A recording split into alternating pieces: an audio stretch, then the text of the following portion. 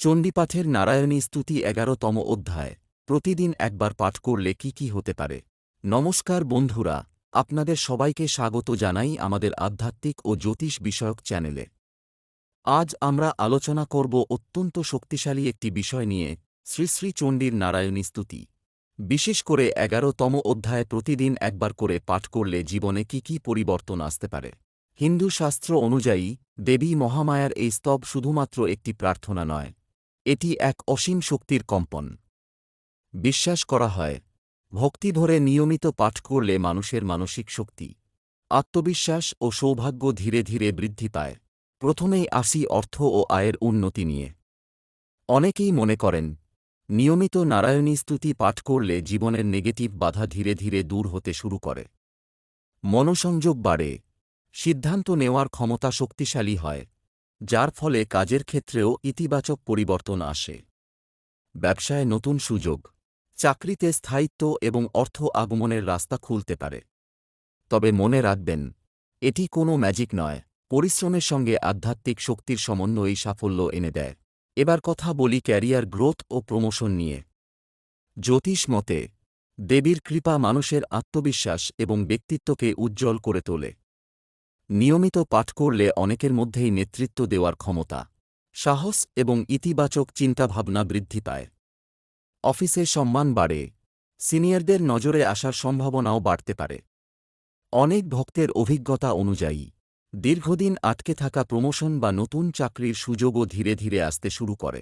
Higher studies ও জ্ঞান বৃদ্ধি ক্ষেত্রেও এই পাঠকে অত্যন্ত শুভ মনে করা হয়। নারায়ণী স্তুতিতে দেবীকে জ্ঞান, বিদ্যা ও বুদ্ধির অধিষ্ঠাত্রী রূপে বন্দনা করা হয়েছে। প্রতিদিন পাঠ করলে মন শান্ত হয়, পড়াশোনায় মনোযোগ বাড়ে এবং স্মৃতিশক্তি উন্নত হতে পারে।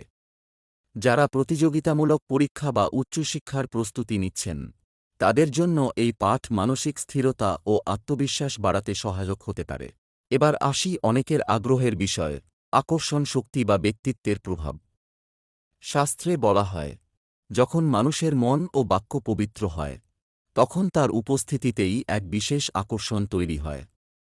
নিয়মিত দেবী স্তব পাঠ করলে মুখের ভাষা, ব্যবহার ও আত্মবিশ্বাসে পরিবর্তন আসে।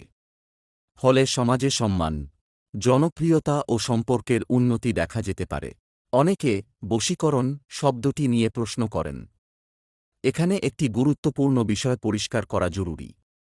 প্রকৃত আধ্যাত্মিক সাধনায় কারো ক্ষতি বা জোরপূর্বক নিয়ন্ত্রণ করার কথা বলা হয় না। বরং নারায়ণী স্তুতির আসল শক্তি হল নিজের মন, রাগ, ভয় ও নেতিবাচক চিন্তাকে নিয়ন্ত্রণ করা। যখন আপনি নিজের মনকে জয় করতে পারবেন, তখন স্বাভাবিকভাবেই মানুষ আপনার প্রতি আকৃষ্ট হবে এবং আপনার কথার মূল্য বাড়বে। পাঠ করার সঠিক নিয়ম কি? সকালে স্নান করে পরিষ্কার স্থানে বসুন। দেবীর ছবি বা প্রদীপের সামনে শান্ত মনে নারায়ণী স্তুতি পাঠ করুন। সম্ভব হলে প্রতিদিন একই সময় করুন। পাঠের আগে ও পরে দেবীর কাছে আন্তরিক প্রার্থনা করুন। শুধু ফলের আশায় নয়, ভক্তি ও ইতিবাচক মানসিকতা নিয়ে পাঠ করলে তার প্রভাব আরও গভীর হয়। শেষে একটা কথাই বলব, চণ্ডীপাঠের শক্তি শুধু বাইরের সাফল্যে নয়, ভিতরের পরিবর্তনেও কাজ করে। নিয়মিত পাঠ মানুষের মনকে সাহসী, শান্ত ও আত্মবিশ্বাসী করে তোলে। আর যখন মন শক্তিশালী হয়, তখন জীবনেও ইতিবাচক পরিবর্তন আসতে শুরু করে। ভিডিওটি ভালো লাগলে লাইক করুন, শেয়ার করুন এবং এমন আরও আধ্যাত্মিক ও জ্যোতিষ বিষয়ক ভিডিও পেতে আমাদের চ্যানেলটি সাবস্ক্রাইব করতে ভুলবেন না। জয় মা।